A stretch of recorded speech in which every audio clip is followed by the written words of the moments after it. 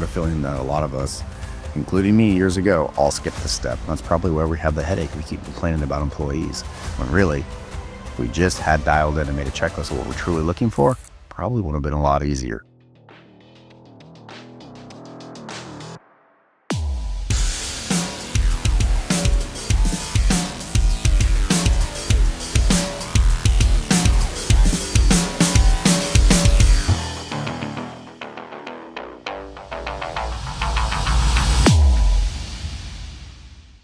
All right, how's everybody doing? The AC method is back, and let's see, what are we going to be talking about today? Well, as always, people, because we love people. We sometimes love to hate them, sometimes we love to love them, but at the end of the day, people is what makes the world go round. So let's see here. We are in, I'm going to say negotiations. I guess that's the best way to say it, to buy a local sign company and add to our reach. And, it's so funny. You always see everybody's their financial papers, and they're completely different than yours. And at first you look at them and you go, I don't think they know what they're doing. And then you look at yours and you go, well, if I hadn't lived with this every single day of my life, I highly doubt that I know what I'm doing on my own financials. And so you always have to take your Sherlock Holmes and you're going to look at it and go, okay, what does this really mean? What are they trying to say? How did they contort the numbers to make it to be where it's there?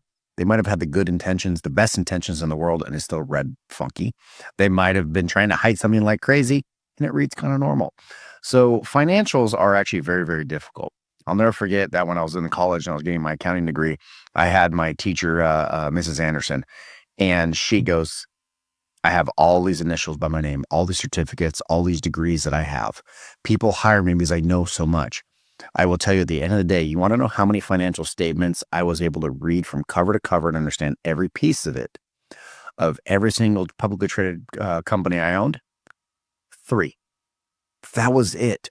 She was out of thousands and thousands of financial papers.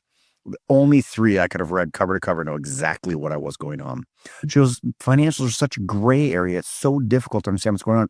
You have to have caveats, little stars, explain what you did. And even then there's going to be questions.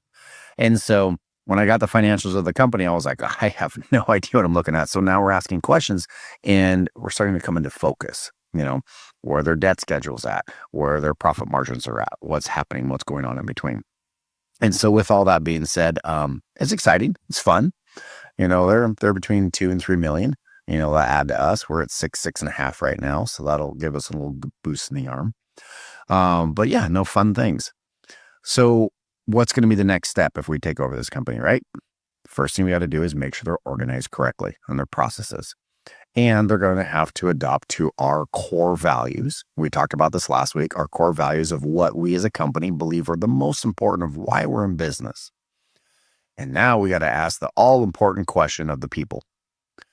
Do the people that we have in our organization and possibly the new organization, do they share the same core values of what we're going to put forward? That's very important. So we got to have almost like a people analyzer. We got to take a look at them and say, hey, do they value the core values? Do they have this? Are some of your core values for your company? Let's think about it. Let's take a second. Picture your company. Are your core values integrity? Is your core value focus? Is your core value fun and friendly? Is your core value to add assets to your clients? Is your core value to market for your clients? What are you trying to do? What are your core values and what you're trying to strive for? And you should only have 2 or 3. And so with that being said, now you got to look at your people. Do they share the same ones? I might have an employee that's super brave, but he doesn't value customer service. So yeah, he's going to be up on that crane truck super, super high at 100 feet. He's going to be hanging off with 1 foot off, trying to hang on a paper pattern, put it on there, and he's super brave. But he's not nice to the customer when he goes to get the sign-off sheet to share our core values. No. Is he worthwhile? Is he an asset to the company? Maybe, but his assets and his liabilities start to outstack each other. So now we have a problem. Once your liability stack is taller than your asset stack, I'm sorry, but the chance of you being let go are going to be pretty high. So we need to start looking at the people analyzer. Do they have the mental capacity to handle what I'm giving them? That's kind of a gut check, right? You kind of look in the mirror a little bit and go, God, am I smart enough to figure this out and get it? And that's a great question, because if you're not smart enough to get it, or your team is not smart enough to get it, guess who has to teach them? You, the owner. You're going to have to teach them. And that basically just means you took another project on. Not only are you running your company, which is one big project, now you're training an employee, that's another project. Now you're trying to sell a sign to somebody, that's another project. And you have all these projects you're working on. After a while, those spinning plates are going to get a little bit too heavy. They're going to be too many, and all of a sudden they're going to start to crash on the ground. So you got to think long and hard about which projects you want to take on. So when I look for the employees that I want to make sure they have the same 3 core values. I want to make sure that they value what we value. Now, I'm not going to tell you what my core values are for my company, because frankly, that's none of your business. You got to think of this on your own. But you're going to want something that is really simple and easy for the rest of the team to get behind. Just want to take a moment to talk about Square Coil here. Square Coil has been powering the signage industry since 2011, and we're only growing bigger and better and stronger every single day. Some of the latest updates have just made my life a lot easier. I'm sure it's going to make your life a lot easier. So if you haven't checked us out, go ahead and get on our website, squarecoil.com, take a look. And if you have an outdated key, an old software program that's going to be closing its doors this year, definitely take a look at us, because we can make that transition real simple for you. Take a look, squarecoil.com. Now the people analyzer. I keep going back to the core values because they're so important. You literally should watch that podcast twice of the last week's. When you analyze the people, the first one is, do they have the competency to do it? Yes. Okay, cool. Check number 1. Check number 2. Do they want to do it? I can change tires all day long. I could work at Discount Tire all day, every day. I could sleep, no problem, switch tires out. Do I want to do that? Absolutely not. Somebody put a gun to my head. That sounds painful. I don't want to work there 24/7, but it's easy for me to do. So even though I might have the mental capacity to do it, do I really want to do it? And you got to make sure that the people in the seats want to do it. They want to do a job well done for this. I'll never forget, I think it was Hotel Impossible. And they were talking to one of the house cleaning crew. And they said, well, why do you love your job? She goes, my favorite job in the world. Like, would you like to be a hostess or run the front desk? She goes, absolutely not. She goes, this is my job. And we said, why? And she goes, I want somebody to come into the room, lay down on the bed, look around and go, I'm home. And I'm going to clean this room so perfect that they just feel a sense of relief when they walk in this room. And that's my gift to them. And that's why I want to do this. And she loved what she did.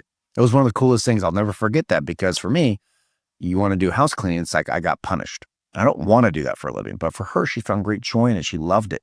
And there is a seat for every position that you have in your company for somebody that's going to love it.